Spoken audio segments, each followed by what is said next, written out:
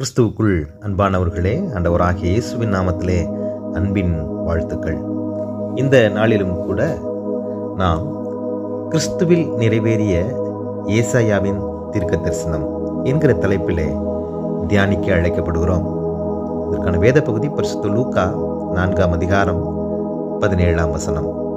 பழைய ஏற்பாட்டில் கூறப்பட்டுள்ள 300க்கும் மேலான தீர்க்க தரிசனங்கள் புதிய ஏற்பாட்டில் கிறிஸ்து இயேசுவின் மூலம் நிறைவேறியது.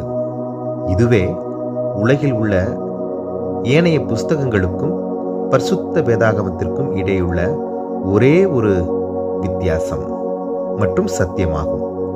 அநேக தீர்க்கதரிசிகள் கிறிஸ்துவை முன்னறிவித்திருந்தாலும் 4 நற்செய்தி நூல்களை பொறுத்தவரை அதிகமாக காணப்படும் தீர்க்க தரிசனம் ஏசாயா தீர்க்க தரிசனங்களின் புஸ்தகம் என்றால் அது மிகையாகாது. பாவத்திற்கு எதிராகவும் நியாய தீர்ப்பை குறித்தும் அடிமைத்தனத்தில் இருக்கும் மக்களின் விடுதலையை குறித்தும் மேசியா அளிக்கும் இரட்சிப்பை குறித்தும் இவர் அளித்த தீர்க்க தரிசனங்கள் ஆண்டவராகிய இயேசு கிறிஸ்துவில் மகிமையாய் நிறைவேறின. கிறிஸ்து இயேசு முதலாக தேவாலயத்தில் உபதேசிக்க தொடங்கின பொழுது அவர் கையில் கொடுக்கப்பட்டுள்ளது ஏசாயா தீர்க்கதரிசன புஸ்தகமே ஆகும். தீர்க்க தரிசனங்களை நிறைவேற்றி இன்றும் நம்மோடு உறவாடி கொண்டிருக்கிற கிறிஸ்துவை விசுவாசிக்கின்ற நம் ஒவ்வொருவரையும் நம் தேவன் நன்றாய் அறிந்திருக்கிறார். நாம் நம் தாயின் வயிற்றில் உருவாவதற்கு முன்னமே நம்மை முன்குறித்தும் நமக்கான தீர்க்க தரிசனங்களை ஆயத்தப்படுத்தியும் வைத்திருக்கிறார் என்பதனை எரேமியா 1ஆம் அதிகாரம் 5ஆம் வசனத்திலே காண்கிறோம்.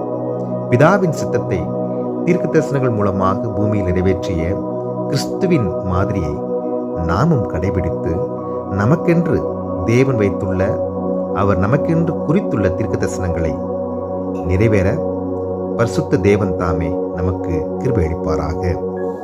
பிரார்த்தனை செய்வோம். கிருபையும் இரக்கமும் நிறைந்த அன்பின் ஆண்டவரே, எங்கள் ஒவ்வொருவருடைய வாழ்க்கையிலும் நீர் அநேக தீர்க்க தரிசனங்களை எங்கள் தாயின் வயிற்றில நாங்கள் உருவாவதற்கு முன்னமே நீர் வரைந்து வைத்திருக்கிறீர் என்பதை விசுவாசிக்கிறோம். அவைகள் எங்கள் வாழ்க்கையை நிறைவேறுவதற்கு தேவன் தாமே நீர் கிருபை அளிக்கும்படியாக நாங்கள் ஜெபிக்கிறோம்.